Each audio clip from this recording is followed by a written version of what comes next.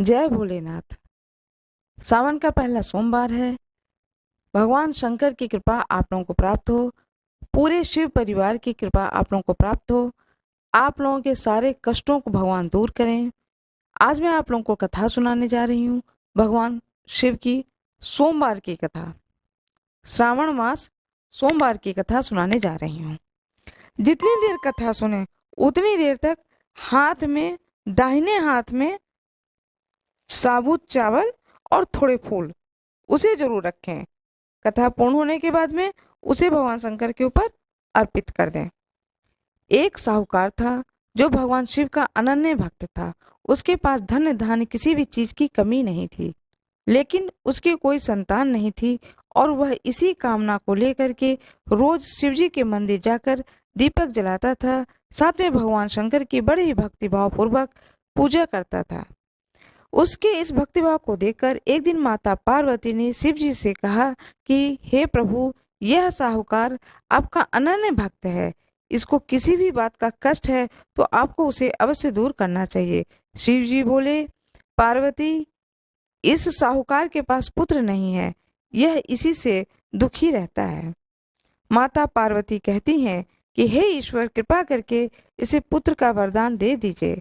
तब भोलेनाथ ने कहा कि हे पार्वती, साहूकार के भाग्य में पुत्र का योग नहीं है। ऐसे में अगर इसे पुत्र प्राप्ति का वरदान मिल जाए भी गया तो वह केवल 12 वर्ष की आयु तक ही जीवित रहेगा। यह सुनने के बाद भी माता पार्वती ने कहा कि हे प्रभु, आपको इस साहूकार को पुत्र का वर देना ही होगा, अन्यथा भक्त क्यों आपकी सेवा पूजा करेंगे। बड़े ही भक्तिभाव से यह साहूकार आपकी पूजा करता है, इस उम्मीद से पूजा करता है कि इसकी मनोकामना की पूर्ति होगी। माँ पार्वती भोले बाबा से कहती हैं कि कृपया इसके भक्ति को देखते हुए इसकी मनोकामना की पूर्ति करें। माता के बार बार कहने से भोलेनाथ ने साहूकार को पुत्र का वरदान दिया, लेकिन साथ में यह भी कहा कि वह केवल 12 वर्ष तक ही जीवित रहेगा। साहूकार यह सारी बातें सुन रहा था, इसलिए उसे न तो खुशी हुई और न ही दुख। वह पहले की तरह भोलेनाथ की पूजा अर्चना करता रहा। उधर सेठानी गर्भवती हुई और 9वें महीने में उसे सुंदर बालक की प्राप्ति हुई। परिवार में खूब हर्ष उल्लास मनाया गया, लेकिन साहूकार पहले की ही तरह रहा। उसे बालक की 12 वर्ष की आयु का जिक्र किसी से भी नहीं किया। जब बालक की आयु 11 वर्ष की हो गई तो एक दिन साहूकार की सिठानी ने बालक के विवाह के लिए कहा। तो साहूकार ने कहा कि वह अभी बालक को पढ़ने के लिए काशी भेजेगा। इसके बाद उसने बालक के मामा जी को बुलाया और कहा कि इसे काशी पढ़ने के लिए ले जाओ और रास्ते में जिस भी स्थान पर रुकना वहाँ यज्ञ करना, ब्राह्मणों को भोजन कराते हुए आगे बढ़ना। उन्होंने भी इसी तरह करते हुए जा रहे थे कि रास्ते में एक राजकुमारी का विवाह था। जिससे उसका विवाह होना था वह एक आंख से काना था। उसके पिता ने जब अति सुंदर साहूकार के बेटे को देखा तो उसके मन में आया कि क्यों न इसे ही घोड़ी पर बिठाकर शादी के सारे कार्य संपन्न करा लिए जाएं। तो उन्होंने मामा से बात की और कहा कि इसके बदले में वह धन देंगे। वह राजी हो गए। इसके बाद साहूकार का बेटा विवाह की वेदी पर बैठा और जब विवाह का कार्य संपन्न हो गए तो जाने से पहले उसने राजकुमारी को चुनरी के पल्ले पर लिख कर दिया कि तेरा विवाह तो मेरे साथ हुआ, लेकिन जिस राजकुमार के साथ भेजेंगे वह तो एक आंख का काना है। इसके बाद वह अपने मामा के साथ काशी के लिए चला गया। उधर जब राजकुमारी ने अपनी चुनरी पर यह लिखा हुआ पाया तो उसने राजकुमार के साथ जाने से मना कर दिया। तो राजा ने भी अपनी पुत्री को बारात के साथ विदा नहीं किया। बारात वापस लौट गई। उधर मामा और भांजे काशी पहुंच गए। एक दिन जब मामा ने यज्ञ रचा रखा था और भांजा बहुत देर तक बाहर नहीं आया तो मामा ने अंदर जाकर देखा तो भांजा के प्राण निकल चुके थे। वह बहुत परेशान हुए, लेकिन सोचा कि अभी रोना पीटना मचाया तो ब्राह्मण चले जाएंगे, यज्ञ का कार्य अधूरा रह जाएगा। जब यह यज्ञ संपन्न हुआ तो मामा ने रोना पीटना शुरू किया। उसी समय शिव पार्वती उधर से जा रहे थे। माता पार्वती ने शिव जी से पूछा, हे प्रभु, ये कौन रो रहा है। तभी पता चलता है कि यह तो भोलेनाथ के आशीर्वाद से जन्मा साहूकार का पुत्र है। तब माता पार्वती कहती हैं कि स्वामी, इसे जीवित कर दें, अन्यथा रोते रोते इसके माता पिता के प्राण निकल जाएंगे। तब भोलेनाथ ने कहा कि हे पार्वती, इसकी आयु तो इतनी ही थी, वह भोग चुका है। लेकिन माता के बार बार आग्रह करने पर भोलेनाथ ने उसे जीवित कर दिया और लड़का ओम नमः शिवाय करते हुए जी उठा। मामा भांजे दोनों ने ईश्वर को धन्यवाद दिया और अपनी नगरी की ओर लौटे। रास्ते में वही नगर पड़ा और राजकुमारी ने उन्हें पहचान लिया।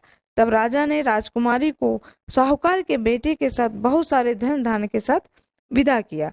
उधर साहूकार और उसकी पत्नी घर के छत पर बैठे थे। उन्होंने यह प्रण कर रखा था कि यदि उनका पुत्र सकुशल न लौटा तो वह छत से कूदकर अपने प्राण त्याग देंगे। तभी लड़के के मामा ने आकर साहूकार के बेटे और बहू के आने का समाचार सुनाया, लेकिन वह नहीं माने। तो मामा ने शपथ पूर्वक कहा। तब तो दोनों का विश्वास हो गया और दोनों अपने बेटे बहू का स्वागत किए। उसी रात साहूकार को स्वप्न में शिव जी ने दर्शन दिया और कहा कि तुम्हारे पूजन से मैं प्रसन्न हुआ हूँ। इसी प्रकार जो भी व्यक्ति कथा को पढ़ेगा और सुनेगा, उसके समस्त दुख दूर हो जाएंगे और मनोवांछित सभी कामनाओं की पूर्ति होगी। ओम नमः शिवाय।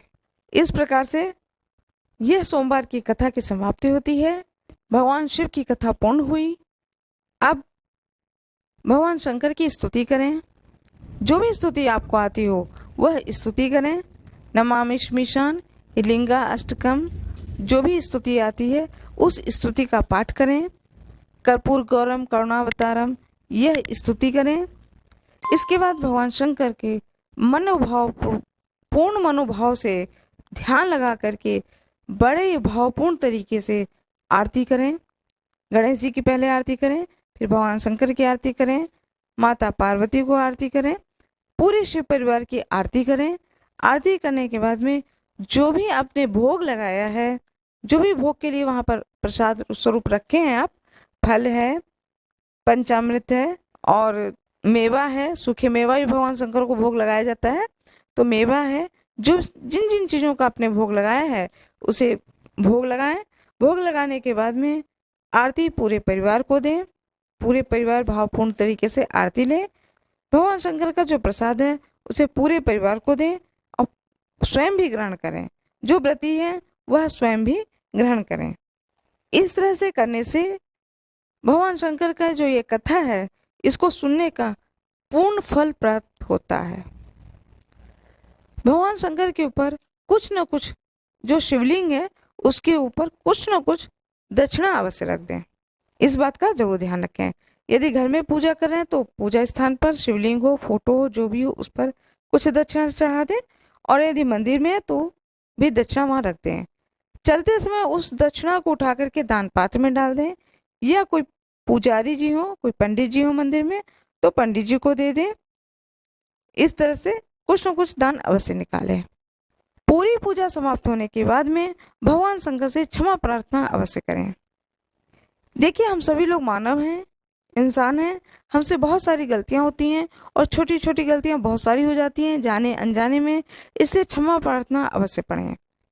यदि क्षमा प्रार्थना आपको नहीं याद है तो आप हृदय से हाथ जोड़ करके खड़े हो जाएं भगवान शंकर के सामने। अपनी मनोकामना को बताएं कि हे ईश्वर, मेरा ये मनोकामना है, इसकी पूर्ति करें। जो भी आपकी मनोकामना हो उसे बोलें।